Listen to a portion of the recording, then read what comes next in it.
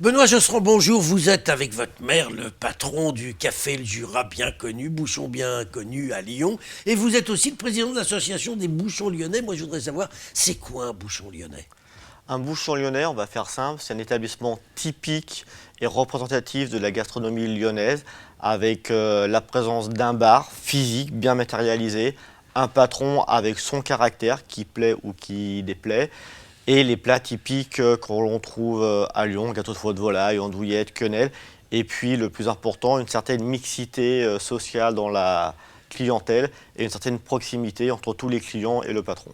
Alors, en ce moment, alors qu'il y a l'épidémie, la proximité, c'est pas trop gênant des clients parce qu'ils sont proches les uns des autres? Pour l'instant, comme on a quand même une clientèle très lyonnaise, le lyonnais est un petit peu, on va dire, insolent.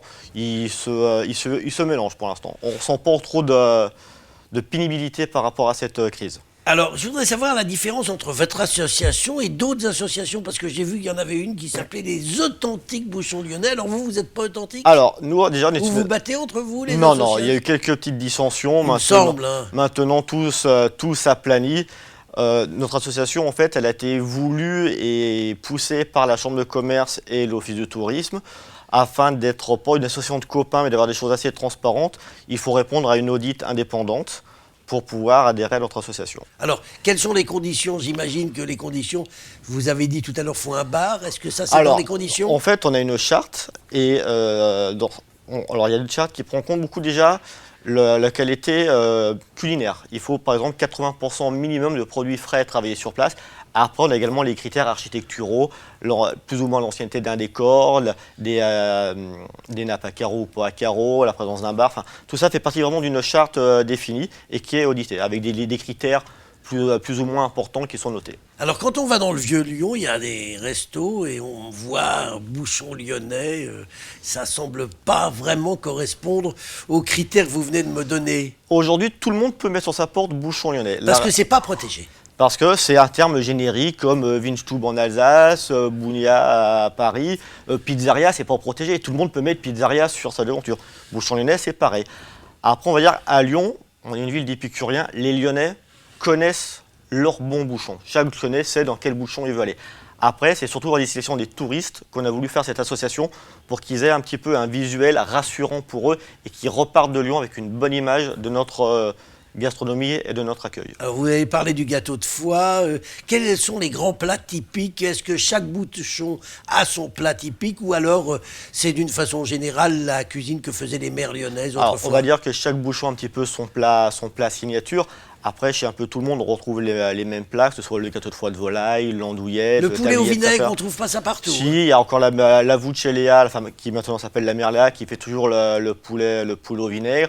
Je pense également à Madame Hugon qui fait le poulet au vinaigre également. Voilà, ça fait partie des plats signatures de certains établissements. Alors, votre établissement, vous, c'est le Café Le Jura, vieil établissement lyonnais. Qui existe depuis 1867. C'était pas vous. Non, l'établissement a plus de 150 ans et on sait qu'en 150 ans, il y a eu 3 ou 4 familles dans le restaurant.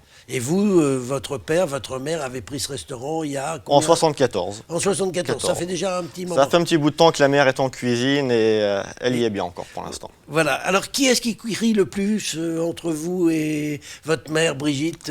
Je crois que le matin, c'est un peu 50-50. 50-50. Ouais, parce qu'on est tous les deux en cuisine le matin, donc il y a des petites frictions pour savoir qui prendra le four en premier. Enfin voilà, c'est... Quand on passe devant votre restaurant, il y a marqué si vous êtes pressé, allez ailleurs.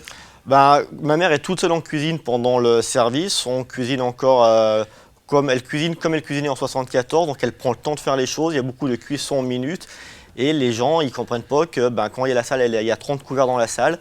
On ne peut pas tout servir en 30 minutes, c'est pas possible. Donc on précise, si vous êtes pressé, qu'il y a des établissements qui, eux, savent faire manger en 30 minutes. Vous les Nous, on envoyez sait pas. promener. C'est déjà indiqué sur la porte. Donc après, s'ils insistent, on leur dit gentiment qu'on ne sait pas faire, que d'autres établissements sont plus adéquats. Vous dites ça gentiment. Il y a eu une époque où d'un bouchon lyonnais, le Malassis, je crois, il Chez disait Marius, pas, oui. il disait mais pas ça très gentiment à ses clients. l'époque change, c'est-à-dire que ce qu'on pouvait se permettre il y a encore 20 ans, on ne peut plus maintenant, malheureusement, à l'heure des réseaux sociaux. On est parfois obligé de taire un petit peu notre caractère volcanique. Bon, et vous y arrivez? Parfois. Dites-moi, Benoît Josserand, quand on vient chez vous, il y a de la sueur par terre. C'est pour le folklore ou ça sert à quelque Alors, chose? c'est à la fois et pour le folklore, mais il y a une véritable utilité. Dans le sens déjà, on voit quand on balaye c'est propre, on le voit plus visuellement.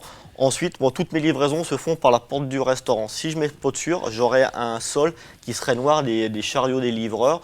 Donc là, avant chaque service, un coup de balai, une sueur propre, sachant que c'est une sueur qui est homologuée pour les collectivités alimentaires. Donc, et ça, c'est quelque chose qui existait autrefois dans tous les bouchons? Souvent, nous on a continué suite à notre prédécesseur.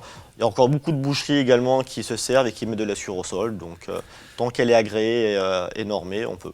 Alors, avant de nous quitter, Benoît Josserand, juste un petit mot. Il y a les mâchons, les fameux mâchons. Est-ce que ça ne devrait pas être une obligation de tous les bouchons de faire un mâchon tous les jours? Parce que quand on vient chez vous, il n'y a pas de mâchon. Dans notre association, dans notre charte, il est spécifié que chaque restaurant doit faire le mâchon au minimum sur commande. Et nous faisons le mâchon sur commande à partir de 4 personnes. Et on en fait à peu près 1 à 2 par mois. Ah, 2 par mois. Voilà. Donc, mais vous avez le restaurant La Meunière qui propose le mâchon tous les jours et qui fait partie de notre association. donc, quand on veut un mâchon, on téléphone ou on va à la meunière. Voilà. Et qu'est-ce qu'on mange dans un mâchon?